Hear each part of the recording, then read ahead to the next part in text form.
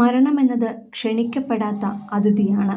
അതെപ്പോൾ വേണമെങ്കിലും എങ്ങനെ വേണമെങ്കിലും നാം ഓരോരുത്തരുടെയും ജീവിതത്തിലേക്ക് കയറിവരും. അപ്രതീക്ഷിതമായ ആ വരവ് കവർന്നെടുക്കുന്ന ജീവനുകൾ ഇനിയും ഒട്ടേറെ വർഷങ്ങൾ ജീവിക്കേണ്ടവരും ജീവിച്ച് തുടങ്ങിയവരും ജീവിക്കാനേറെ മോഹിച്ചവരുമൊക്കെ ആയിരിക്കും. അതുപോലൊരു മരണമാണ് ഇന്നു രാവിലെ മലയാളികൾ കണ്ടറിഞ്ഞത്.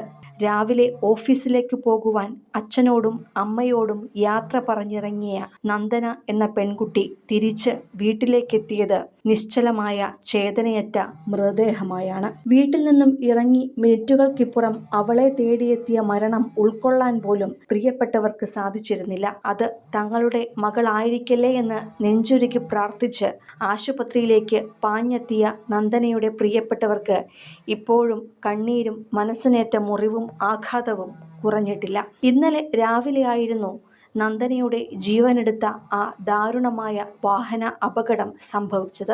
ആലുവയിലെ വീട്ടിൽ നിന്നും രാവിലെ ജോലിക്കിറങ്ങിയ നന്ദന നീരജ എയർലൈൻസ് ഇൻസ്റ്റിറ്റ്യൂട്ടിൽ ജീവനക്കാരിയായിരുന്നു. അത്താണിയിലാണ് നന്ദനയുടെ ഓഫീസ്. രാവിലെ അവിടേക്കുള്ള യാത്രക്കിടെ ഓഫീസിലെത്താൻ വൈകുമോ എന്ന് കരുതിയാണ് നന്ദന മുന്നിൽ വന്ന ബൈക്കുകാരനെ കൈകാട്ടി നിർത്തി ലിഫ്റ്റ് ചോദിച്ചത്.